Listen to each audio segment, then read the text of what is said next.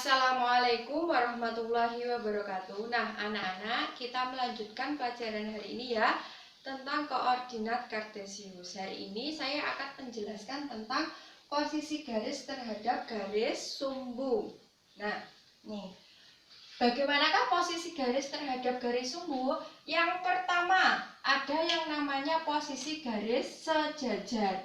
Berarti kalau garis sejajar itu jejer ya.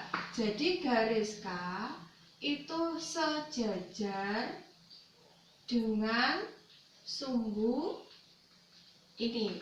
Yang ke atas, yang tegak, ini namanya sumbu Y. Dan garis L itu sejajar dengan sumbu yang mendatar, ini namanya sumbu X. Jadi garis L sejajar dengan sumbu X. Nah, ini. Kalau tegak lurus bagaimana? Kalau tegak lurus ini memotong dan membentuk sudut 90 derajat. Memotong dan membentuk sudut 90 derajat. Coba kita lihat garis K ini memotong sumbu apa? Ini adalah memotong sumbu X. Jadi memotong dan tegak lurus itu tegak lurus membentuk sudut 90 derajat, berarti garis K itu tegak lurus dengan sumbu X. Dan garis L itu tegak lurus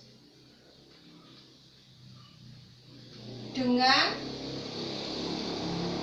garis L itu tegak lurus dengan sumbu ini, yang ke atas ini sumbu Y. Nah, sekarang posisi yang ketiga, ada yang namanya posisi garis berpotongan.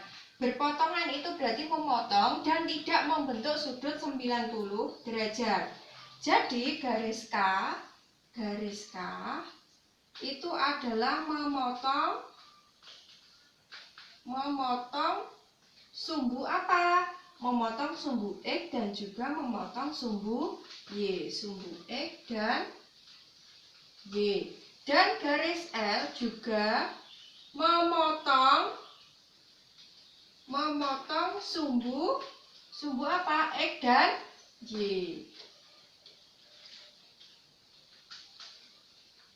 Nah, ini. Nah, selain itu, ini kita bisa menyebutnya juga selain sejajar. Kalau ini garis K ini sejajar dengan sumbu Y, berarti garis K ini tegak lurus dengan sumbu X. Kalau garis L ini adalah sejajar dengan sumbu Y, maka ini kita bisa menyebutnya tegak lurus dengan sumbu Y. Nah, kalau garis K ini adalah tegak lurus dengan sumbu Y, kita bisa menyebutnya dengan sejajar dengan sumbu Y. Kalau garis L ini adalah tegak lurus sumbu Y, maka kita bisa menyebutnya garis L ini adalah sejajar dengan sumbu X. Begitu pula sebaliknya. Contoh, kita lihat contoh berikut. Ada beberapa garis dan titik. Kita lihat dulu untuk ruas garis AB. Ruas garis A. Maka titik A-nya itu berada pada koordinat berapa? Kita lihat X-nya adalah 3, Y-nya juga 3. Maka 3,3. Jadi titiknya di A itu adalah 3,3. Dan B, berapa titiknya B? Kita lihat X-nya adalah -2 dan Y-nya adalah 3. Maka ketemu koordinatnya adalah -2,3. Bagaimanakah posisi ruas garis terhadap sumbu X? Nah, kalau terhadap sumbu X, kita lihat sumbu X yang mendatar ini. Ini sejajar apakah tegak lurus? Nah, jelas-jelas ini sejajar ya. Jadi posisi ruas terhadap garis sumbu X itu adalah sejajar. Bagaimanakah posisi ruas garis terhadap sumbu Y? Kalau terhadap sumbu Y yang tegak ini, maka ruas garis AB itu adalah tegak lurus.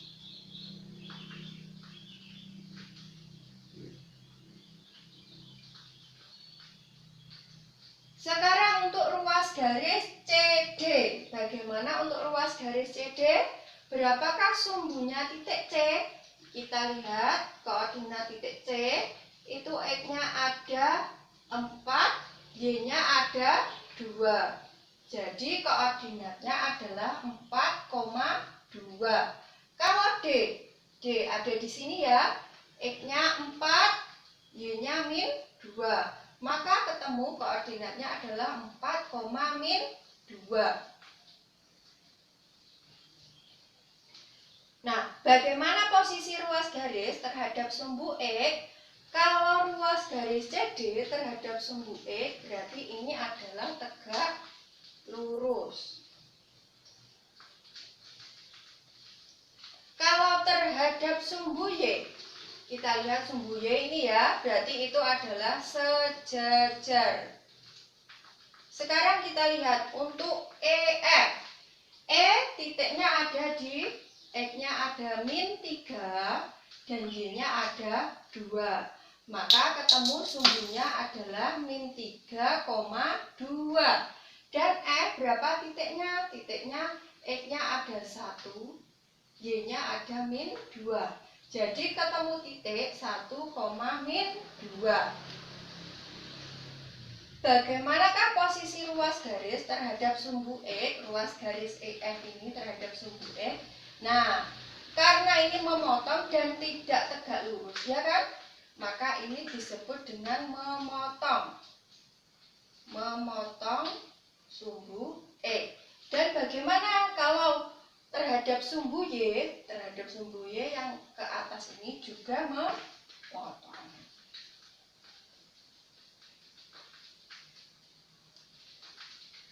Nah, anak-anak, cukup sekian penjelasan dari saya. Apabila ada pertanyaan, silahkan menghubungi saya. Terima kasih. Wassalamualaikum warahmatullahi wabarakatuh.